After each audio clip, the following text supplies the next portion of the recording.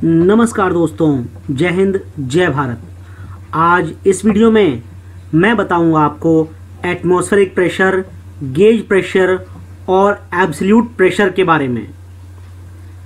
इस वीडियो को स्टार्ट करने से पहले मेरा आपसे अनुरोध है कि आप अंत तक मेरे साथ बने रहें।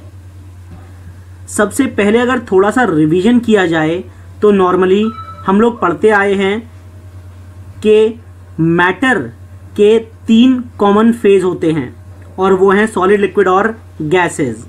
सॉलिड की डेफिनेट शेप और साइज होती है, जबकि लिक्विड की वॉल्यूम फिक्स होती है, लेकिन लिक्विड्स को जिस भी कंटेनर में डाला जाए वो उसका शेप ले लेते हैं, और जबकि गैस कुछ भी शेप ले लेती है और उसकी वॉल्यूम भी फिक्स नहीं होती। गैसेस को इजीली कंप्रेस भी किया जा सकता है। लिक्विड्स और गैसेस दोनों बह सकती हैं और लिक्विड्स और गैसेस को मिलाकर ही फ्लूइड्स कहा जाता है। अगली इंपॉर्टेंट टर्म आती है डेंसिटी और स्पेसिफिक ग्रेविटी। डेंसिटी किसी भी ऑब्जेक्ट का उसका मास पर यूनिट वॉल्यूम होता है। डेंसिटी को रो से डिनोट करते हैं। Density is mass by volume. Density की एसआई यूनिट होती है केजी पर मीटर क्यूब। पानी की डेंसिटी 4 डिग्री सेंटीग्रेड पे 1000 केजी पर मीटर क्यूब होती है। डेंसिटी टेम्परेचर के साथ वेरी करती है और किसी भी सब्सटेंस की specific gravity density of that substance by density of water का रेशियो होती है। अब अगर बात करी जाए किसी भी एक पॉइंट पे फ्लूइड प्रेशर के बारे में, तो एक छोटा सा एरिया अगर डीए मान लिया जाए और आसपास का फ्लूइड उस छोटे से एरिया पे जो भी परपेंडिकुलर फोर्स एक्सर्ट कर रहा होता है उसको डीएफ से अगर रिप्रेजेंट किया जाए तो DF by DA is termed as pressure. Condition ये है कि फोर्स उस एरिया के परपेंडिकुलर होनी चाहिए। अगर ये फोर्स एफ यूनिफॉर्मली डिस्ट्रीब्यूटेड है एरिया ए पे तो pressure is given as total force by total area. इससे हमें क्लियर होता ही है कि प्रेशर को force per unit area fluids के लिए कहा जा सकता है और प्रेशर एक स्केलर क्वांटिटी है। एसआई सिस्टम में प्रेशर की यूनिट होती है पास्कल्स। 1 पास्कल इज 1 न्यूटन पर मीटर स्क्वायर। किसी भी फ्लूइड में एक पॉइंट पे सभी डायरेक्शन में प्रेशर की वैल्यू सेम होती है एक हाइट पे। यानी कि यहां पे अगर प्रेशर नापा जाए और यहां पर सेम डेप्थ पे यहां प्रेशर नापा जाए या फिर यहां प्रेशर नापा जाए तो प्रेशर की वैल्यू सेम आएगी। इतनी सब चीजों से कुछ कंक्लूजन्स निकलते हैं। वो कंक्लूजन है pressure is normal force per unit area. Pressure का इस्तेमाल गैसेस और लिक्विड्स के लिए किया जाता है। सॉलिड्स में प्रेशर का ही काउंटर पार्ट होता है नॉर्मल स्ट्रेस। प्रेशर की एसआई यूनिट होती है न्यूटन पर मीटर स्क्वायर, जिसको कि पास्कल कहा जाता है। पास्कल बहुत ही छोटी यूनिट होती है, इस वजह से हमेशा प्रेशर को किलो पास्कल या मेगा पास्कल में दर्शाया जाता है। कुछ अदर कंट्रीज में प्रेशर की बाकी यूनिट्स भी इस्तेमाल की जाती हैं, जैसे bar, standard atmospheric pressure, kilogram force per square centimetre. Next topic is atmospheric pressure. ये एक मर्करी बैरोमीटर है। इसको टोरिसेली नाम के साइंटिस्ट ने डेवलप किया था एटमॉस्फेरिक प्रेशर नापने के लिए।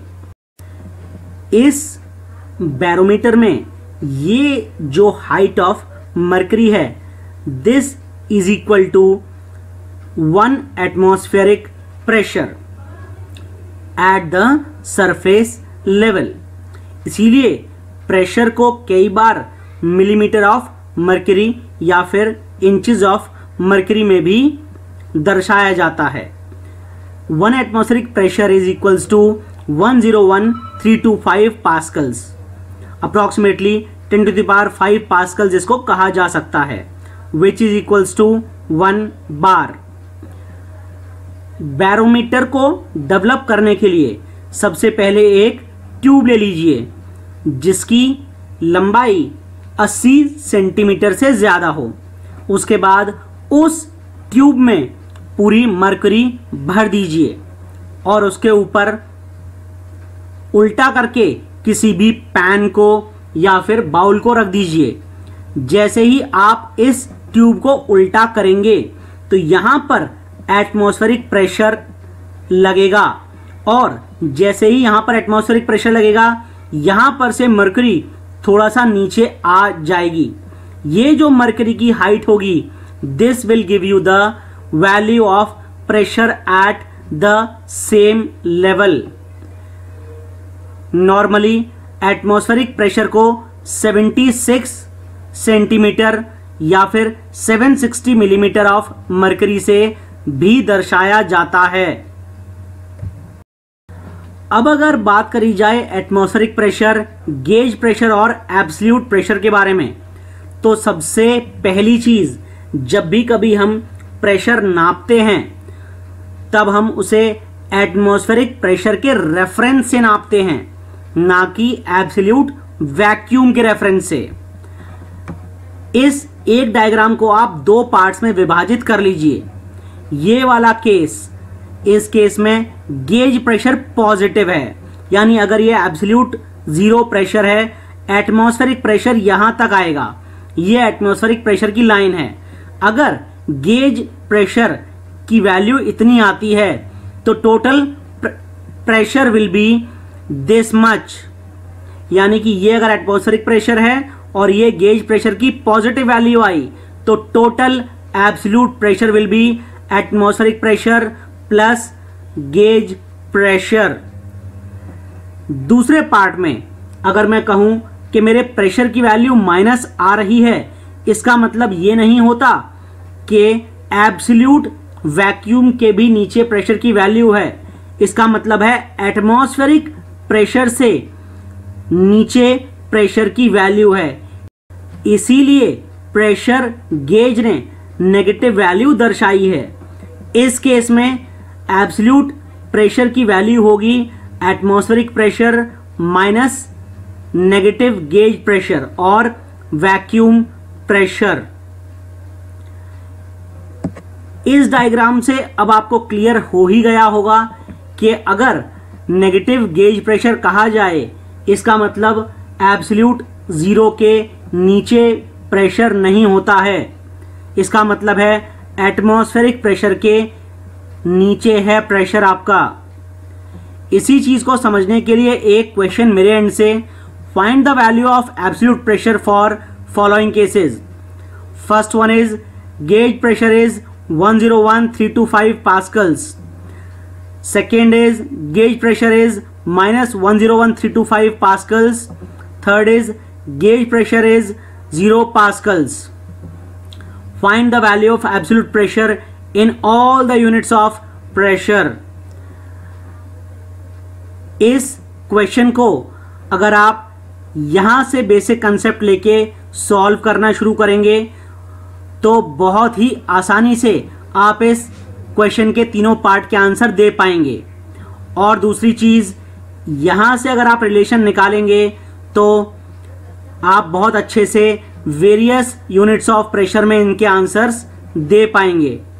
मुझे आप लोगों के आंसर का इंतजार रहेगा। आज इस वीडियो में बस इतना ही। जय हिंद, जय भारत।